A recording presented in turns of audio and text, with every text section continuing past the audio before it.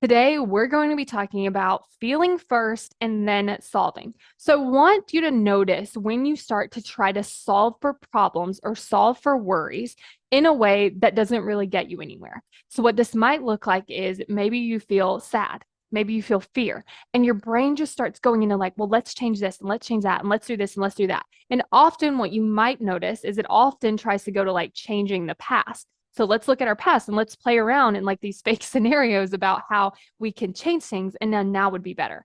And so if you start to notice yourself like coming up with all these ideas, but none of them would ever work, and like it's not this like clear problem solving where you're like, okay, here's my problem, here's ideas, I can clearly come up with a solution, I can move forward. Instead, it feels confusing, it feels like a mess, it feels overwhelming, and it really just feels like you're not getting anywhere, even though you're kind of like doing a lot of stuff.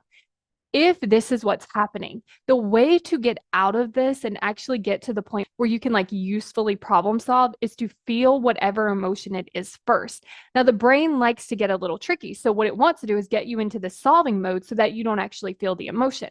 So, it takes this awareness of like, hey, I notice that I'm doing this. I notice that I am feeling this negative emotion.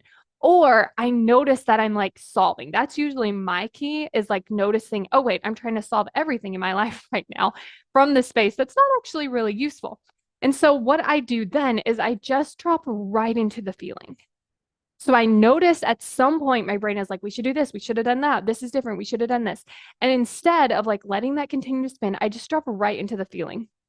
So, what that looks like is I just close my eyes, I just take a few deep breaths, and then I just notice where I feel that emotion. And if you do this, it usually just comes right up. It's like I notice, oh, there's a tightness in my throat.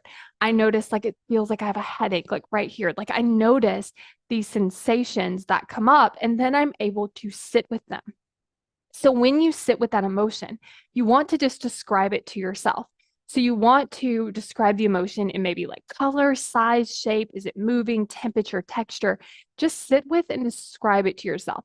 I like to think like if I was going to draw your emotion on a board, what would you have to tell me? You'd have to tell me what color it was, what size it was, where it was located, if it was moving. Just whatever you can think to describe it without getting into, well, it feels kind of like this, or it feels like, when you're walking down the street and like this is happening, like, how does it feel like in these sensations? Hot, cold, yellow, orange, it's a circle, it's blue, it's moving really fast, it's moving really slow.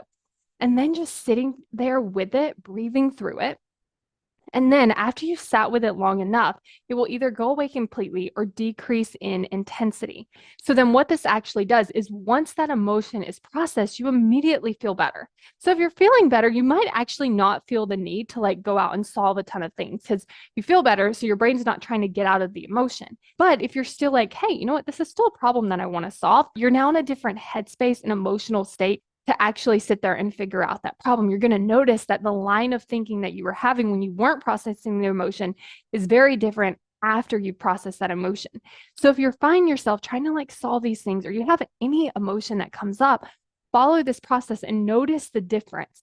How did you feel before? How did you feel after? How did it feel to actually process the emotion? Because a lot of times we find, oh, it actually wasn't as bad as I thought it was going to be.